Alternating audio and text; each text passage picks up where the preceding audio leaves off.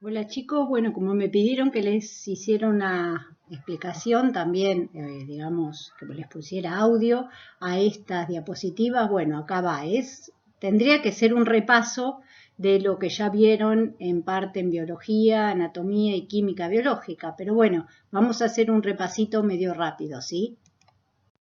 Como somos organismos pluricelulares, necesitamos que haya sistemas o procesos que comuniquen y coordinen las funciones corporales y comuniquen las distintas células de los tejidos. Y para eso tenemos dos grandes sistemas que son el sistema nervioso y el sistema endocrino. El sistema nervioso los vimos en las primeras clases. El sistema endocrino integra las funciones de los órganos mediante sustancias químicas secretadas por los tejidos endocrinos, también llamadas glándulas, hacia el líquido extracelular. Estas sustancias químicas se llaman hormonas y son transportadas a través de la sangre hacia tejidos blancos que pueden estar bastante alejados del lugar donde se la produce. Pero entonces, acá tenemos en esta tabla las diferencias entre el sistema nervioso y el sistema endocrino. En un caso tenemos que la molécula mediadora son los neurotransmisores y en los otros casos tenemos las hormonas que pueden ser neuroendocrinas, endocrinas, también pueden ser parácrinas, autócrinas, ahora vamos a ver qué son, o del tipo de citoquinas.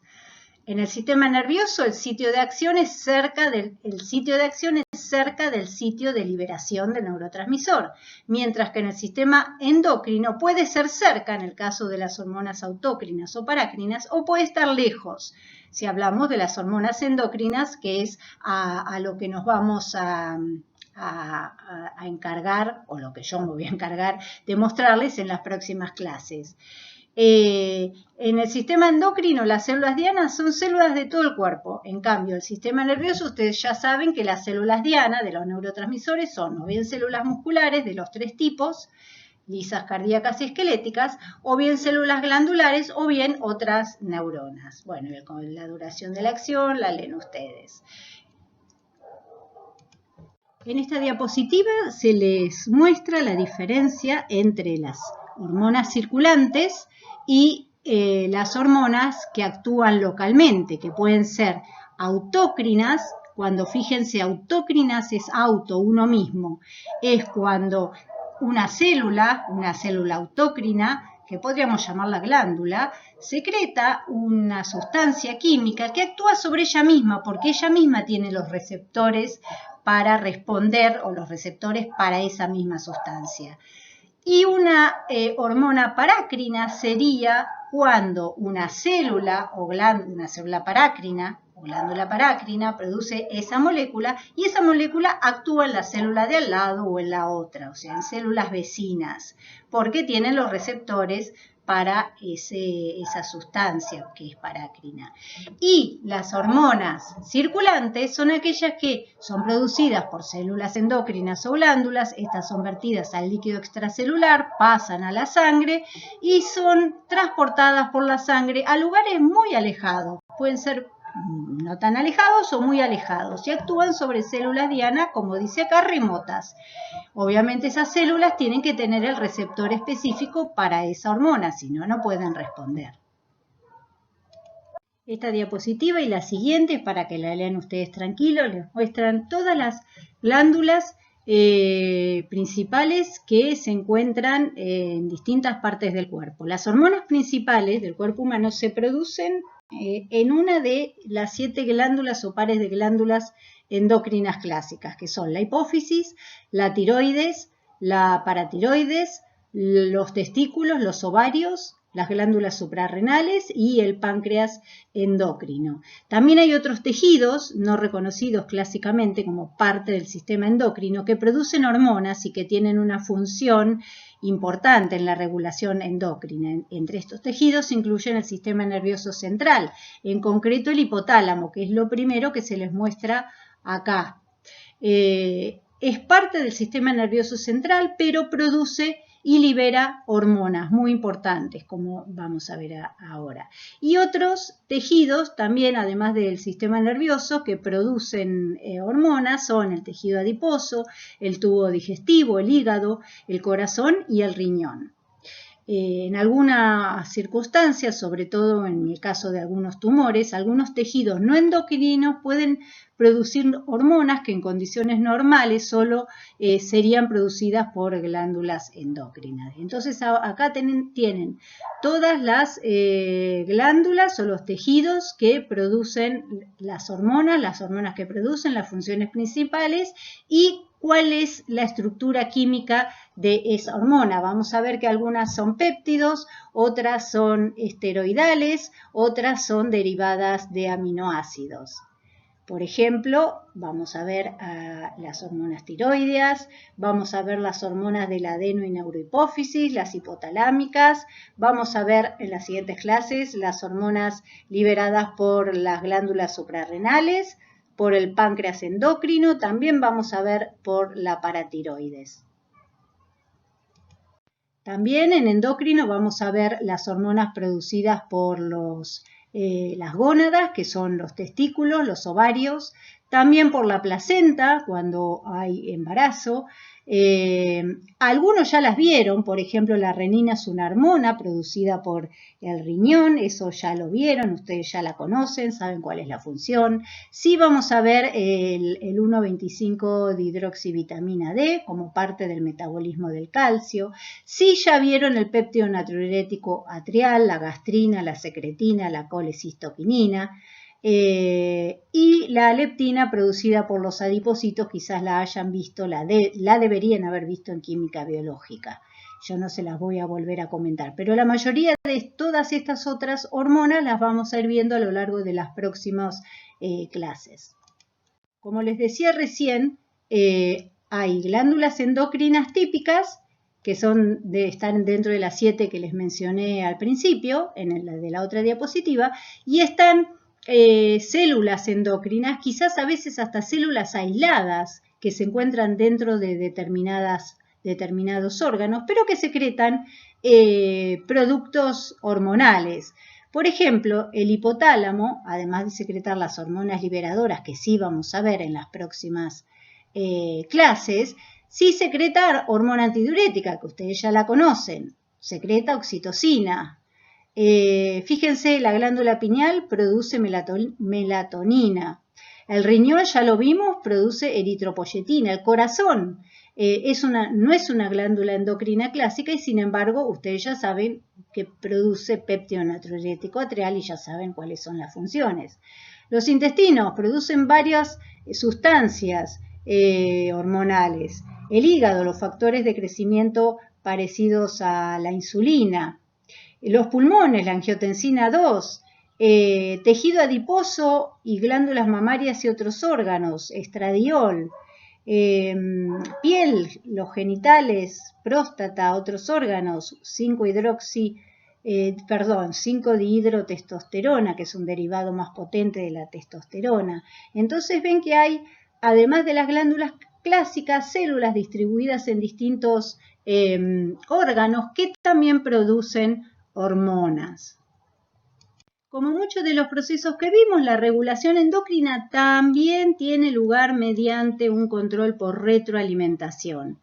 Acá se ve una glándula endocrina que produce una hormona que actúa sobre un órgano diana que tiene efectos fisiológicos y que regula un componente circulante, en este caso es glucemia, pero puede ser la concentración de calcio, la concentración de fósforo, la osmolaridad, el volumen sanguíneo, la concentración de distintos iones y de ácido base, lo que sea. Entonces, hay hormonas que actuando sobre órganos diana regulan distintas sustancias, lo cual por retroalimentación negativa hace que esa glándula endocrina, si se llegó a los niveles normales, deje de producir la hormona.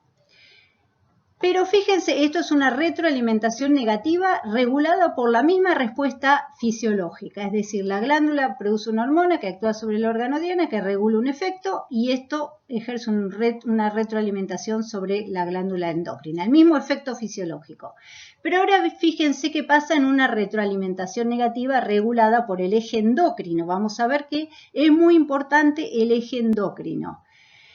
Acá tenemos neuronas. ¿Cuál es el eje endocrino? Neuronas neuroendocrinas del hipotálamo que van a liberar una hormona liberadora que va a actuar sobre células específicas de la hipófisis para que libere una hormona trófica que actúa en una glándula endocrina periférica para que produzca una hormona. Recién acá se produce la hormona. Fíjense que primero tengo hormona liberadora por el hipotálamo que actúa sobre la hipófisis y hormona trófica liberada por la hipófisis que actúa sobre la glándula y esa glándula recién produce la hormona. La hormona va a los órganos diana que tienen efecto fisiológico. Sin embargo, acá la retroalimentación negativa no es por el efecto fisiológico, sino que cuando ya se produce esa hormona en suficientes cantidades, ejerce una retroalimentación negativa sobre la hipófisis y sobre el hipotálamo. Entonces, esta es la retroalimentación regulada por un eje endocrino. Lo vamos a ver en casi todas las fisiologías endocrinas de las glándulas que vamos a ver, o retroalimentación negativa regulada por la respuesta fisiológica. Bueno, ¿cómo son las hormonas desde el punto de vista químico? Aunque la naturaleza química de las hormonas es bastante variada, la mayoría de las hormonas que suelen aparecer en los mamíferos, obviamente entre ellos nosotros, pueden agruparse en una categoría específica. Acá se ven las distintas categorías más importantes y así tenemos las hormonas peptídicas o polipéptidos o proteínas, las derivadas de aminoácidos, como les dije hace un rato, y las derivadas de las esteroides, derivadas de colesterol. Fíjense que las hormonas peptídicas engloban un gran grupo de hormonas producidos por distintos tejidos endocrinos.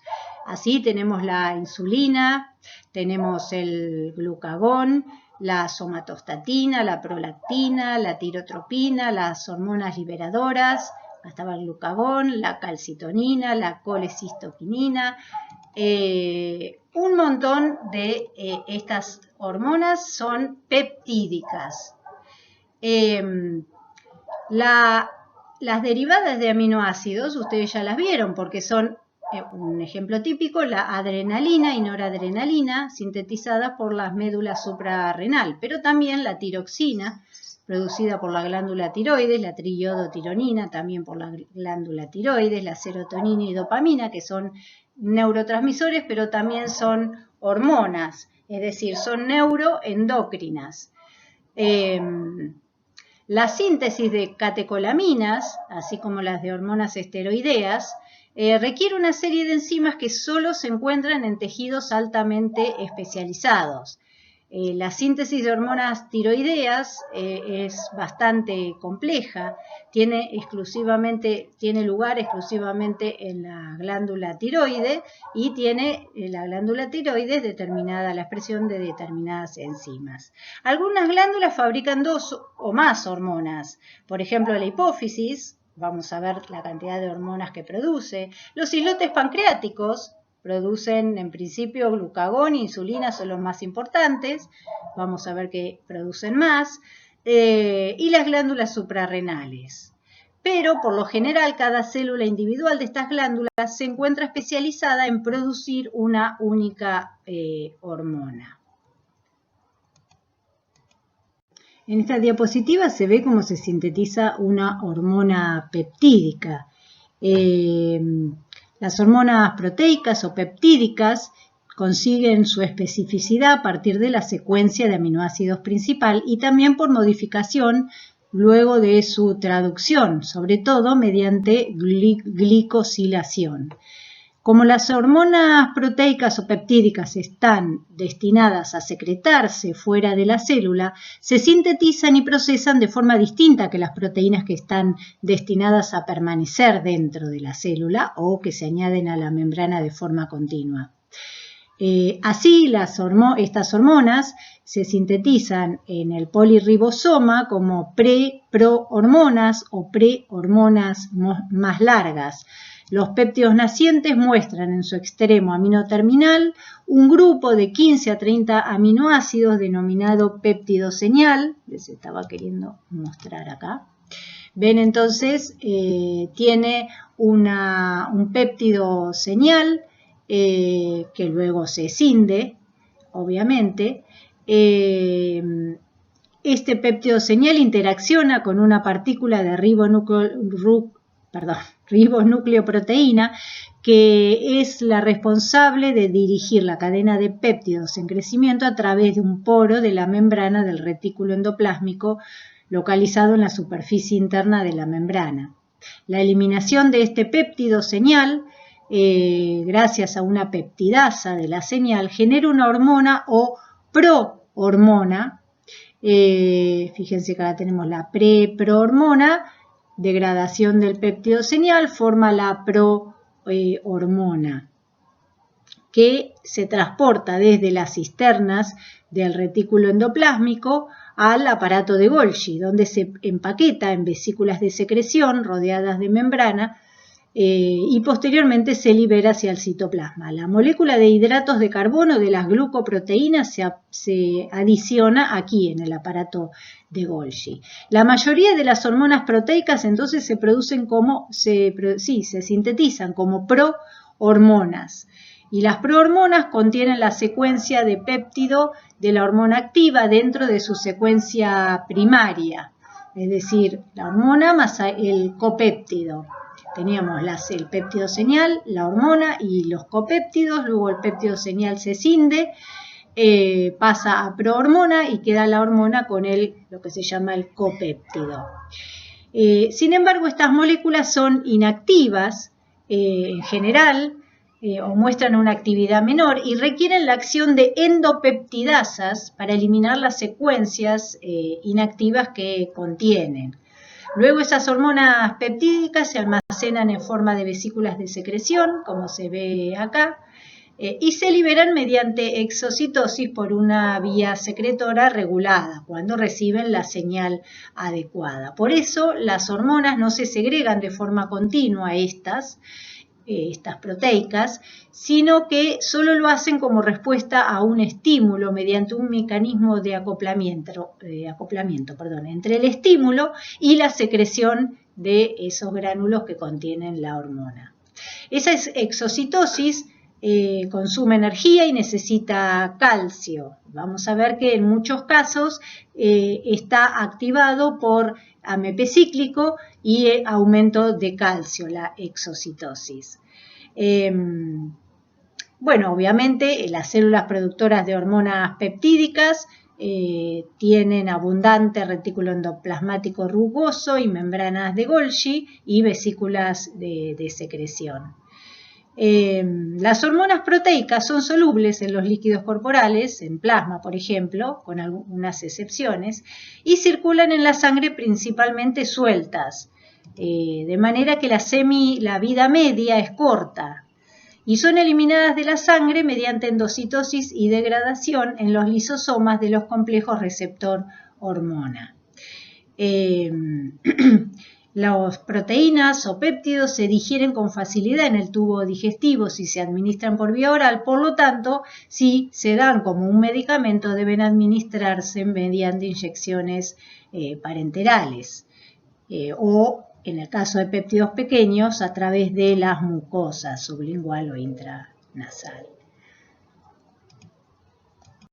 La acción de una hormona, en este caso se ven hormonas peptídicas, que se unen a un receptor en las membranas de las células diana o efectoras, es decir, se tienen que unir a un receptor de membrana porque no pueden atravesar la bicapa de fosfolípidos. Entonces, primero las hormonas peptídicas circulan libremente en la sangre.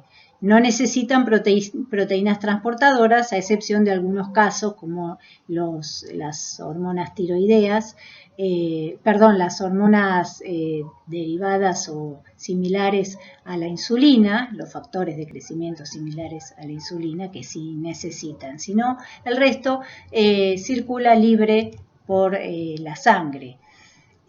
Cuando se encuentran con su receptor en la superficie de las células dianas, se unen. Estos receptores son proteínas intrínsecas de membrana que se unen con gran afinidad a su agonista, a su hormona. Como se encuentran en membrana, activan vías de transducción de señales. En este caso se muestran los segundos mensajeros, el segundo mensajero AMP cíclico, porque se activó la adenilato ciclasa a través de un receptor acoplado a proteína G. El AMP cíclico puede ejercer múltiples funciones, capaz que ya lo vieron o capaz que no, en química biológica, pero entre ellas es activar a proteínas quinasas. Como son quinasas, fosforilan otras proteínas y esas proteínas fosforiladas son las que producen la respuesta biológica. En cambio, hay otras hormonas, como las hormonas esteroidales, las hormonas tiroideas, los retinoides, la vitamina D, que pueden pasar por difusión a través de la bicapa lipídica porque son lipófilas y en el interior de la célula se unen a un receptor citoplasmático. El complejo hormona-receptor puede ser un homodímero, un heterodímero y que requiera otros componentes, otras moléculas adicionales, pero en general trasloca a núcleo y ahí estimula la transcripción de genes específicos al unirse a los elementos de respuesta a esa hormona específica. Entonces, estas hormonas, entre ellas, como les dije, tiroides, retinoides, vitamina D, esteroides suprarrenales, son lipófilas y se unen en el interior a un receptor citoplasmático. Al contrario que las hormonas peptídicas y las derivados de aminoácidos, las hormonas esteroides no se almacenan en vesículas antes de ser secretadas. Acá no se ve eso, se los estoy comentando. En el caso de las hormonas esteroidales, la síntesis y la secreción están muy cercanas en el tiempo. Las células secretoras de esteroides son capaces de multiplicar la secreción hormonal en pocas horas.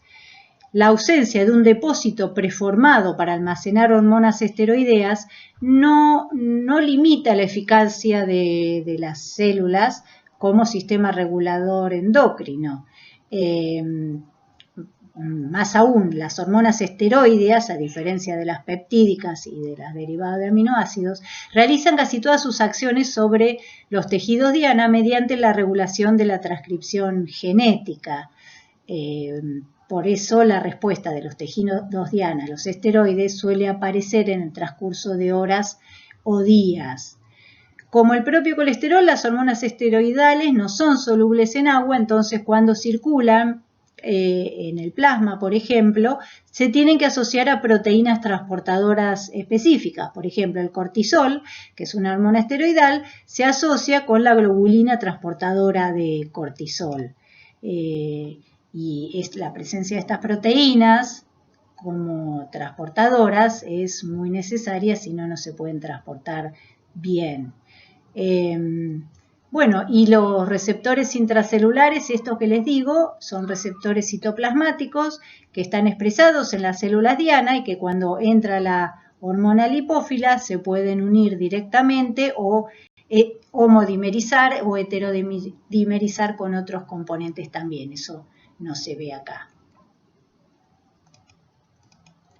Volviendo a las hormonas proteicas o aminoácidos o derivadas de aminoácidos que se unen a un receptor de membrana, estos receptores de membrana, luego que se une la hormona, como les dije, activa segundos mensajeros, recién lo vimos, pero ahora lo vemos un poco con más detalle, porque me dijeron que no lo vieron en química biológica algunos. Entonces, fíjense que normalmente activa una proteína G, que puede activar a la beta gamma o a la alfa. Fíjense que en este caso es la alfa que estimula a la adenilato ciclasa para que se genere AMP cíclico. Ese AMP cíclico activa una proteína quinasa, esa proteína que se encuentra inactiva y que se activa tras la unión del AMP cíclico, y esa proteína quinasa fosforila múltiples proteínas, entre ellas varias enzimas, y de esa manera las activa o las inactiva. Puede ocurrir las dos cosas. Algunas hormonas que utilizan el sistema de adenilato ciclasa AMP cíclico son las que están acá. Algunas ya la vieron, como la angiotensina 2, otras las vamos a ver, como el glucagón, la corticotropina, la hormona paratiroidea, la hormona luteinizante. Vamos a ver que muchas utilizan el sistema de AMP cíclico. Pero también pueden activar otras vías de transducción de señales, como las que se ve acá, que es la activación de la fosfolipasa C. La fosfolipasa C, al actuar sobre los fosfolípidos, fosfatilinositol bifosfato, lo convierte en diacilglicerol e inositol trifosfato. El diacilglicerol puede activar a la proteína quinasa C, a algunas isoformas de la proteína quinasa C, y el inositol trifosfato actúa sobre el retículo endoplasmático provocando la liberación de calcio. Algunas hormonas que utilizan este sistema de segundos mensajeros son, fíjense, nuevamente la angiotensina 2, nada más que en este caso en el músculo lisovascular actúa así. Algunas catecolaminas a través de los receptores alfa. Las hormonas liberadoras de gonadotropina y de crecimiento y tirotropina. La vasopresina, que ya la vimos, la oxitocina también. Y otros receptores hormonales de membrana, siempre estamos hablando de los de membrana, tienen actividad tirosina quinasa. Entonces, cuando se une la hormona, en este caso la insulina, es una hormona que actúa a través de un receptor tirosina quinasa, se une al receptor, ese receptor está formado por dímeros, entonces dimerizan, ese receptor dimeriza, se autofosforila, y entonces ahora la actividad tirosina quinasa se encuentra activa y se fosforilan múltiples proteínas que llevan a cascadas de transducción de señales que llevan a la captación de glucosa, que ustedes ya saben, no saben, lo vamos a ver en la segunda clase de endocrino o tercera. Los efectos de la insulina lleva a la captación de glucosa y a distintas reacciones anabólicas dentro de la célula. Entonces, la acción a través de receptores con tirosina quinasa es otra forma de acción de hormonas peptídicas o derivadas de aminoácidos. Otras hormonas, en este caso se ve el caso de la leptina, que es una hormona secretada por los adipocitos, pueden activar receptores, este es el receptor de leptina, que activan a una quinasa. En este caso es JAK2, la quinasa Janus Activated Kinase o quinasa activadora Janus, que se une a un factor de transcripción o activa que se llama STAT3, lo fosforila, y ese factor de transcripción fosforilado va al núcleo y promueve la transcripción de los genes Diana. Entonces, esas proteínas nuevas que se producen llevan a los efectos biológicos de la leptina sobre esta célula blanco. Y esto ya lo vimos cuando vimos el efecto de la adrenalina, pero se lo vuelvo a repetir, además en el contexto de la acción de hormonas. En este caso, la hormona, como la adrenalina, usa dos sistemas de segundos mensajeros una vez que se une a su receptor. Recuerden que se podía unir a un receptor beta o un receptor alfa. Entonces, el efecto beta adrenérgico podía ser diferente al efecto alfa adrenérgico. En un caso, en el caso del receptor alfa, activa la entrada de calcio que se une a calmodulina. El complejo calcio-calmodulina activa proteínas quinasas que entonces degradan el glucógeno a glucosa 1-fosfato y a glucosa 6-fosfato para que pueda ser liberada la glucosa. Este es el caso de la célula hepática y la glucogenólisis. Por el otro lado, actuando sobre el receptor beta adrenérgico, puede activar a la adenilato ciclasa generando AMP cíclico, lo que activa determinadas proteínas quinasas, entre ellas proteína quinasa A, es la más específica de AMP cíclico, la más usual de AMP cíclico, que también actúa sobre la vía de glucogenolítica. Entonces, la adrenalina puede actuar a través de dos receptores diferentes y a través de vías de transducción de señales diferentes.